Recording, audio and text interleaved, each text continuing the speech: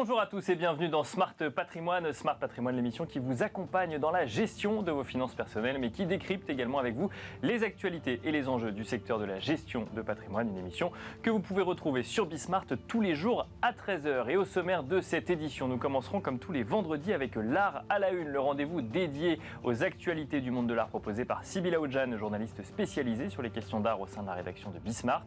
Nous enchaînerons ensuite avec l'interview de l'art à la une, où nous aurons le plaisir de recevoir Pierre Guigourez, le cofondateur d'Exclusible, mais aussi de la NFT Factory, avec qui nous évoquerons le sujet des NFT dans le monde de l'art, voire même dans le monde du luxe, et ce qui nous amènera notamment à traiter du sujet des royalties liées aux NFT. Vous en saurez plus dans un instant, et nous enchaînerons ensuite avec Enjeu Patrimoine, un enjeu patrimoine consacré cette fois-ci à l'évolution des appétences des épargnants en matière d'investissement en cette rentrée, avec notamment un focus sur la recherche de supports d'investissement plus tangibles. Nous en parlerons donc en deuxième partie d'émission avec Bastien Baron, conseiller en gestion de patrimoine et fondateur de Justae Gestion Privée. Bienvenue à vous tous qui nous rejoignez. Smart Patrimoine, c'est parti. Et nous commençons comme tous les vendredis avec l'art à la une, le rendez-vous dédié aux actualités du monde de l'art, semaine après semaine, proposé par Sybille Aoudjan, journaliste spécialisée sur les questions d'art au sein de la rédaction de Bismart. Bonjour Sybille. Bonjour Nicolas. Bienvenue sur le plateau de Smart Patrimoine, ravi de vous retrouver. Moi aussi. Alors qu'est-ce qui s'est passé dans le monde de l'art cette semaine, Sybille ? Alors je pense que personne n'a raté cette actualité, mais qui marque aussi le monde de l'art, c'est le décès bien sûr de la reine Elisabeth II. Et bien The Art Newspaper en consacre un grand papier, car la reine Elisabeth II était bien sûr monarque du Royaume-Uni, mais aussi propriétaire fiduciaire de l'une des plus grandes collections d'art dans le monde. 7600 peintures, 2000 miniatures, 500 000 gravures et dessins. Et là, je passe aussi le mobilier, les joyaux, les armures, etc. Et bien sûr, c'est The Royal Collection qui est un héritage de plusieurs siècles de monarques collectionneurs, depuis bien sûr la restauration de la monarchie en 1660. Alors, cette collection a un statut particulier. La collection royale est détenue en fiducie par la reine en tant que souveraine pour ses successeurs et la nation, mais elle ne lui appartient pas en tant que particulier. Alors, durant le règne de la reine Elisabeth II, il n'y a pas eu d'acquisition majeure, mais elle a surtout œuvré pour la démocratisation, l'accès au public, à la conservation de cette collection et son inventaire. Plusieurs dates sont marquantes. En 1962, il y a eu la Queen's Gallery qui a été construite. Les œuvres de cette collection sont donc ouvertes à tous selon les thématiques des expositions qui sont proposées. Il y a eu aussi un incendie au château de Windsor en 92, ce qui a fait que la famille royale qui gérait directement la collection, finalement, c'est désormais un trust caritatif qui gère la conservation et le financement de cette collection grâce à des revenus générés par la visite des palais royaux. Et enfin, bien sûr, le Covid a beaucoup bousculé la vie de cette collection. Les visites se sont passées de plus de 3 millions de personnes à 150 000 visiteurs. Et les recettes sont descendues de 72 millions de livres à 7 millions de livres, ce qui fait à peu près 8 millions d'euros. Enfin, depuis 2021, le président des fiduciaires est Sir James Light Pemberton.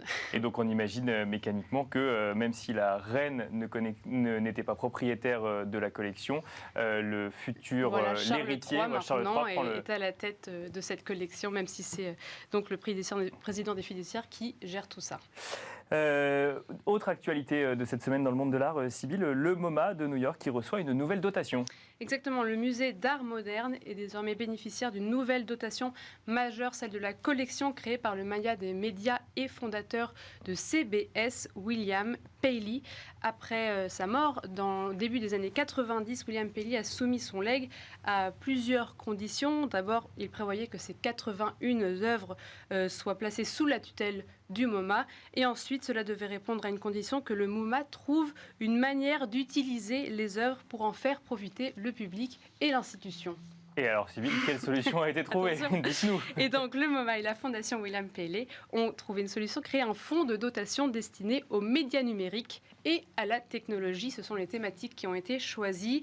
Le fonds sera généré par la vente de 29 œuvres appartenant à cette fondation. Cette vente aura lieu chez Sotheby's en automne 2022 et on retrouve des Pablo Picasso, un Francis Bacon, un Auguste Rodin et cela devrait apporter 70 millions de dollars aux enchères réalisées à New York et à Londres.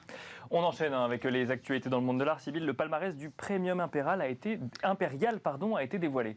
Oui, alors c'était hier le 15 septembre, les noms des lauréats ont été dévoilés en peinture. On a Giulio Paolini qui a été récompensé, souvent associé à tort selon le comité à l'Arte Povera. Ce sont des œuvres qui ont été créées pour amener le spectateur à s'interroger sur ce qu'il voit. Ces œuvres questionnent la nature même de l'art et le rôle de l'artiste. Et puis en sculpture, le très connu Ai Weiwei a été récompensé, activiste et cinéaste aussi chinois, l'une des personnalités culturelles les plus influentes aujourd'hui.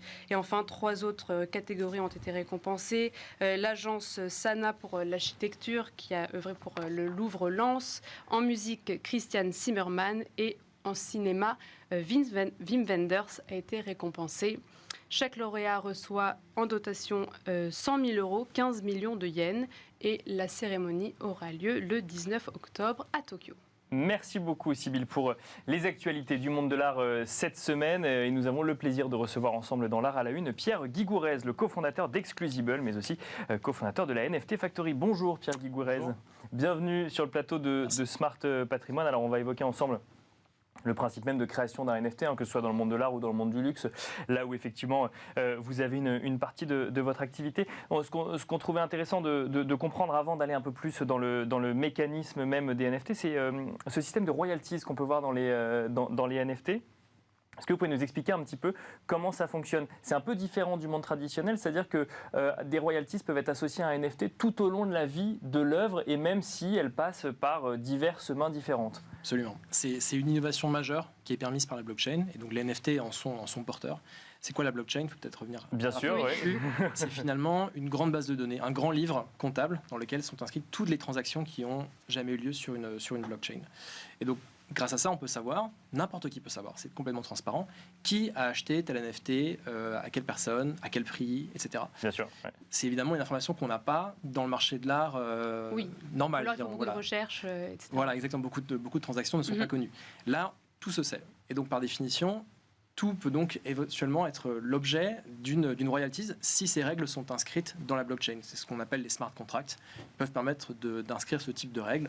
Les marketplaces, donc les endroits où on négocie les NFT, vont respecter généralement, pour la plupart d'entre elles, respecter ces règles de royalties et donc permettre, lorsqu'il y a une transaction sur ce qu'on appelle le marché secondaire, c'est-à-dire non pas entre l'artiste ou le créateur ou la marque, peu importe, et le premier acheteur, mais entre ce premier acheteur et un deuxième acheteur, etc. C'est à ce moment-là, dans une transaction dans laquelle la marque ou le créateur n'est pas partie à la Bien sûr, oui. qu'il va quand même être capable de capturer une petite partie de la valeur qui a été créée, de la valeur d'échange qui a été instaurée entre ces deux. Parce que comme on est capable de tracer, on considère qu'à chaque fois, il y a une sorte de...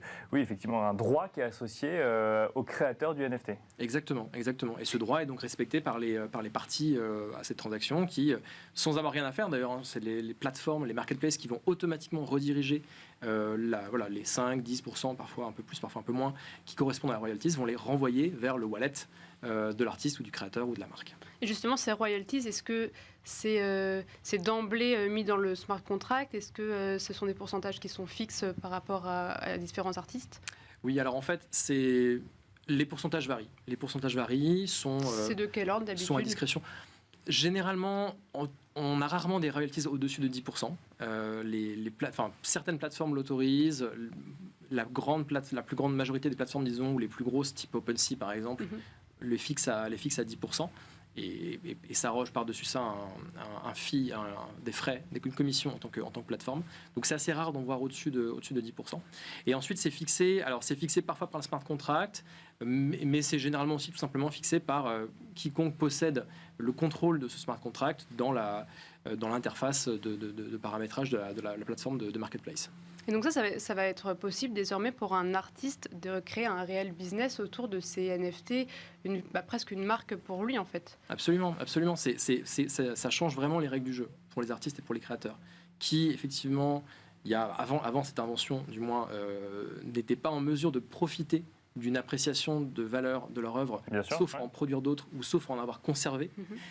Là maintenant, avec le NFT, et surtout les règles de royalties, un artiste peut créer une collection le jour 1, 2, 3 ans après, voir sa cote s'apprécier et bénéficier d'un complément de revenu, disons, qui viendrait de cette œuvre qui a été créée il y a 2, 3, 4 ans, 5 ans, 10 ans.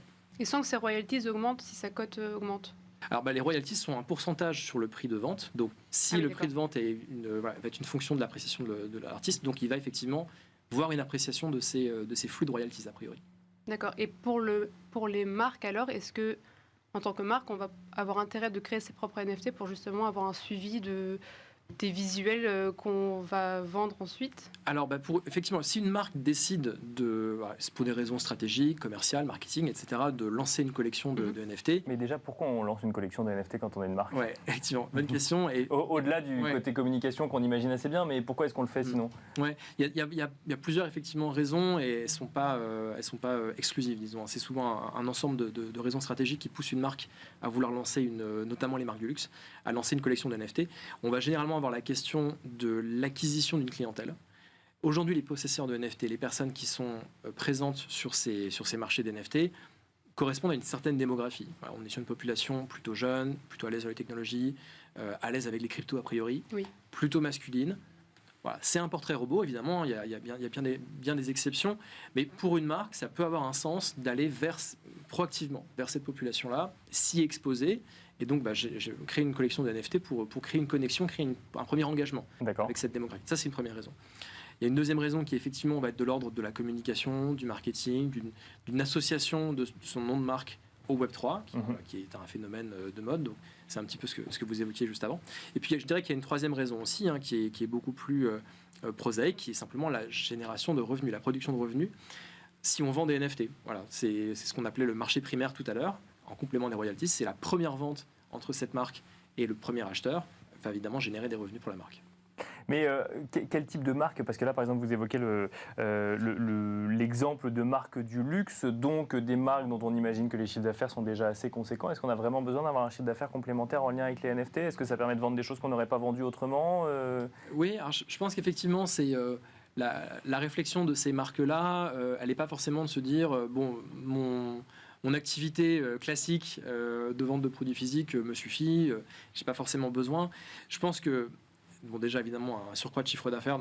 Oui, aucun chef d'entreprise ne dit non, ça c'est sûr. Exactement. Et puis, il y a surtout ce côté préparer l'avenir. Préparer l'avenir, le Web3 est une évolution majeure. On en est encore au balbutiement, mais c'est évidemment un train que les marques ne voudront pas louper.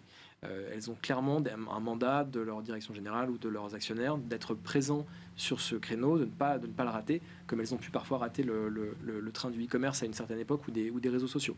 Donc, au-delà du chiffre d'affaires, il y a aussi un impératif stratégique d'être présent sur le créneau des NFT et du Web3.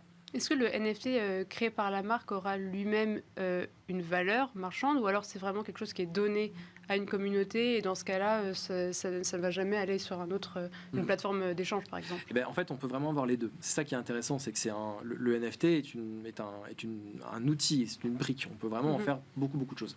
Et donc, certaines marques, effectivement, vont sur de la vente de NFT, donc avec tout ce qu'on s'est dit précédemment, les royalties, etc. Bien sûr. Ouais. Et puis, on peut être aussi sur des cas, on l'a vu, et on en verra, je pense, de plus en plus, des cas d'usage gratuit, où c'est un don de la marque à certaines personnes. Et c'est là où c'est intéressant, c'est que la marque peut choisir qui possédera ces NFT. Est-ce que c'est ses clients actuels? Est-ce que c'est des personnes qui ne sont pas clients, mais qui sont certaines personnes du Web3? Par exemple, on évoquait les communautés. Des personnes qui possèdent telle autre collection de NFT qui serait désirable, disons, et donc dont les possesseurs sont intéressants comme futurs clients pour la marque. Ça peut être stratégique d'aller leur offrir des NFT. Et ces NFT offerts peuvent néanmoins être échangés sur des plateformes. Ils peuvent avoir une valeur financière si on la leur attribue, quoi. Il suffit de vraiment d'aller sur OpenSea, de dire ce NFT je l'ai eu gratuitement, mais ça ne m'intéresse pas, j'en ai pas l'intérêt, je le mets en vente au prix de temps, et il peut générer des royalties au même titre qu'un NFT payant. Parce que vous allez travailler le visuel quand même en main dans la main avec la marque pour donner une identité assez forte. Oui, absolument. Le NFT aujourd'hui, on l'a dit, hein, c'est une inscription dans la Mm. blockchain, mais ce qu'on en voit, la surface émerger, c'est effectivement le graphisme. Le visuel, bien sûr. Le visuel, l'image, parfois c'est des vidéos, des objets 3D, on peut être là aussi très imaginatif sur ce qu'on représente. D'ailleurs, ce qu'on a en tête aujourd'hui, les plus connus sont généralement issus de studios de design ou de gaming qui, effectivement, avaient cette capacité à créer à grande échelle des designs. Absolument, oui, toutes les capacités de création 3D, tous les studios créatifs 3D sont pour beaucoup étendu leur activité, justement, au NFT pour servir cette demande de création de nouvelles collections. Et vous parlez de différentes collections de NFT, ça veut dire qu'on va pouvoir faire pour une marque différentes collections de NFT pour cibler encore différentes sous-communautés. Oui, absolument. Alors, soit pour des objectifs de ciblage, soit parce qu'on veut, utiliser la plateforme de marque dans toute son ampleur. Une marque a plusieurs messages à faire passer, a plusieurs cibles, a plusieurs facettes de sa entre guillemets, personnalité qu'elle va pouvoir exposer via ces différentes collections. Puis il y a aussi une notion temporelle. Une marque lance une collection à un instant T. Voilà, c'est la fameuse notion des printemps-été, automne-hiver. La marque évolue, la mode évolue, et donc voilà, c'est pour ça qu'il faut s'attendre à avoir toujours cette succession de collections si une marque est effectivement bien engagée dans la durée dans le Web3. On pourrait imaginer, il reste quelques secondes, des primes salariées en NFT demain ? Avec une valorisation qui pourrait ça serait intéressant. S'apprécier avec le temps. Non, ça n'existe pas du tout aujourd'hui, ça. À ma connaissance, ça n'existe pas. Mais c'est possible que j'en ai pas la connaissance. Mais oui, je pense que ça pourrait être un cas d'usage. En tout cas, c'est envisageable. Bon, voilà, c'est une idée comme ça. Merci beaucoup, Pierre Guigourez, donc d'être venu sur le plateau de Smart Patrimoine. Vous êtes le cofondateur d'Exclusible. Merci également Sybilla Oudjan, journaliste spécialisée sur les questions d'art au sein de la rédaction de Bismart. Merci à vous de nous avoir suivis et on se retrouve tout de suite dans Enjeu Patrimoine.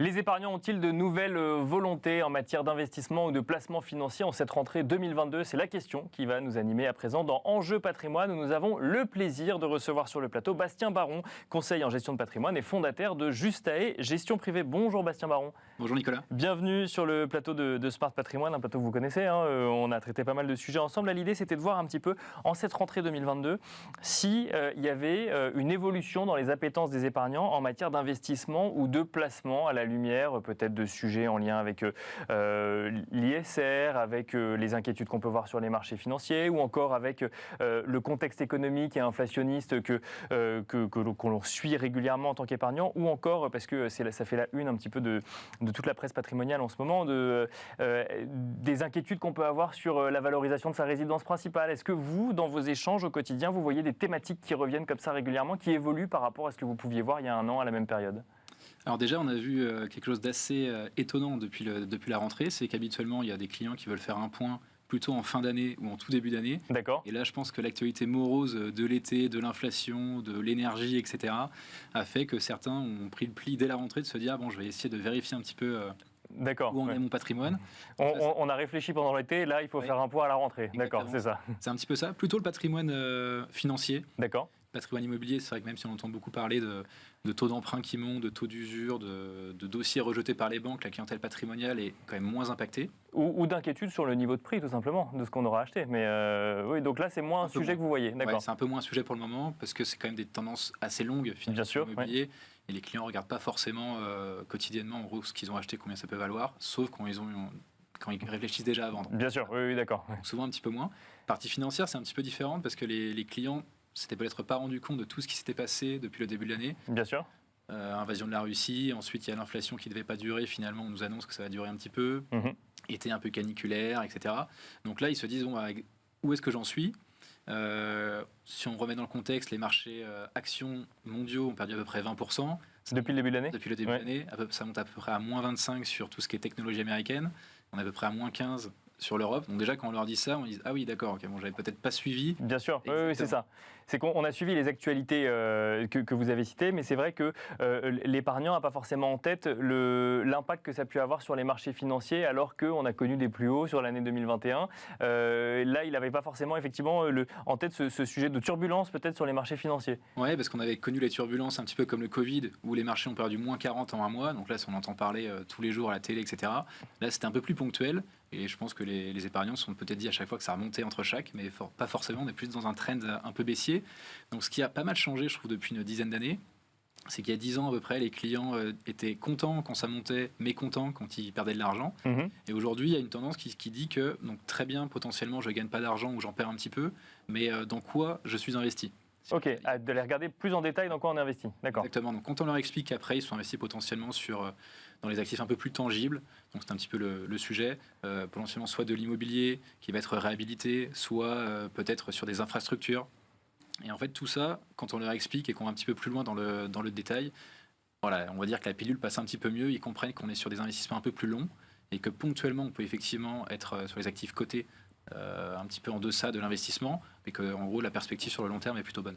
Donc, si je comprends bien, sortir en partie des marchés financiers pour aller vers de l'investissement plus tangible, ça, c'est une demande, entre guillemets, d'un certain nombre d'épargnants aujourd'hui. Il y en a qu'on sait... Alors, infrastructure, ça peut être coté ou non coté. Bien sûr. On voit qu'il y a une tendance qui est assez intéressante, enfin, qu'ils aiment bien aussi sur la partie non cotée. C'est-à-dire qu'il y en a beaucoup qui travaillent aussi dans des cadres dirigeants qui sont dans des entreprises cotées, qui tous les trimestres doivent sortir les résultats, annoncer une certaine guidance pour les résultats jusqu'à la fin de l'année prochaine. Et d'un coup, en gros, si la nouvelle n'est pas bien prise par le marché, bien sûr, la société perd pas mal de sa valorisation. Alors que dans les sociétés non cotées, on a beaucoup plus de temps en gros pour travailler sur des investissements à 5 à 10 ans.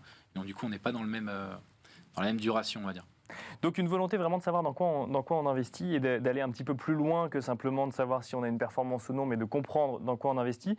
Là, on parle effectivement d'immobilier ou d'infrastructure. Ce sujet de transparence, vous le constatez également sur des sujets d'investissement socialement responsable, peut-être plus en lien avec la transition énergétique ou la transition climatique. Ça, vous le constatez aussi ? Oui, tout à fait. Déjà, il y a un sujet qu'on n'entendait pas forcément parler auparavant, il y a une réglementation SFDR, qui est la réglementation sur l'information, la finance durable, où il y a article 8, article 9 qui sont sortis depuis quelques temps, et là, les clients commencent à en parler.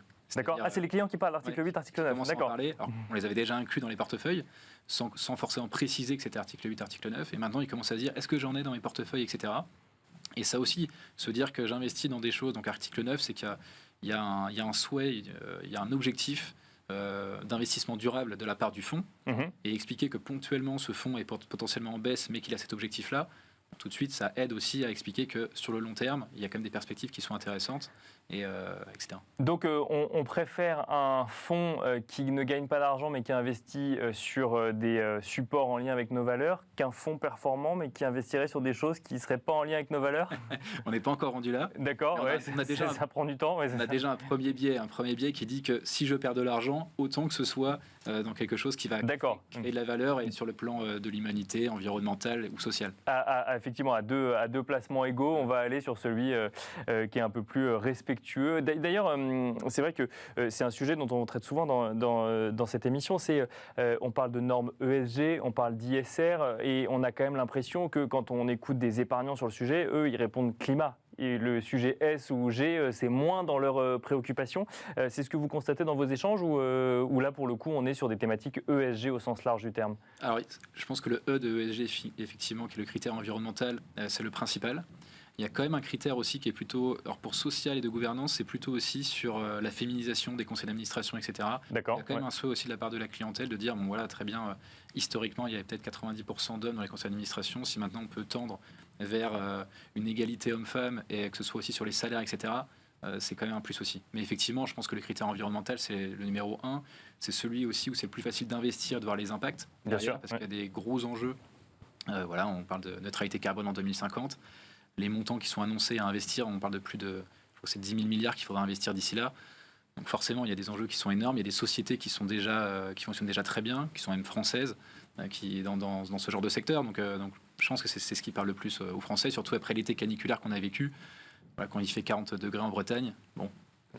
On prend rendez-vous avec son conseiller en gestion de patrimoine à la rentrée pour lui dire on va peut-être revoir dans quoi je suis investi, c'est ça ? Par exemple. Par exemple, on ne fait pas que ça, mais effectivement, c'est pour faire le lien avec tout à l'heure. Donc là, on a parlé effectivement d'investissement tangible. On parle effectivement de cette volonté d'aller vers des investissements plus responsables. Il y a un autre sujet, moi, que j'aurais imaginé, je ne sais pas, mais le gouvernement a laissé entendre que la réforme des retraites n'était pas remise en cause. Alors, on ne va pas parler de la réforme des retraites, puisque de toute façon, on n'a pas beaucoup d'éléments sur le sujet aujourd'hui.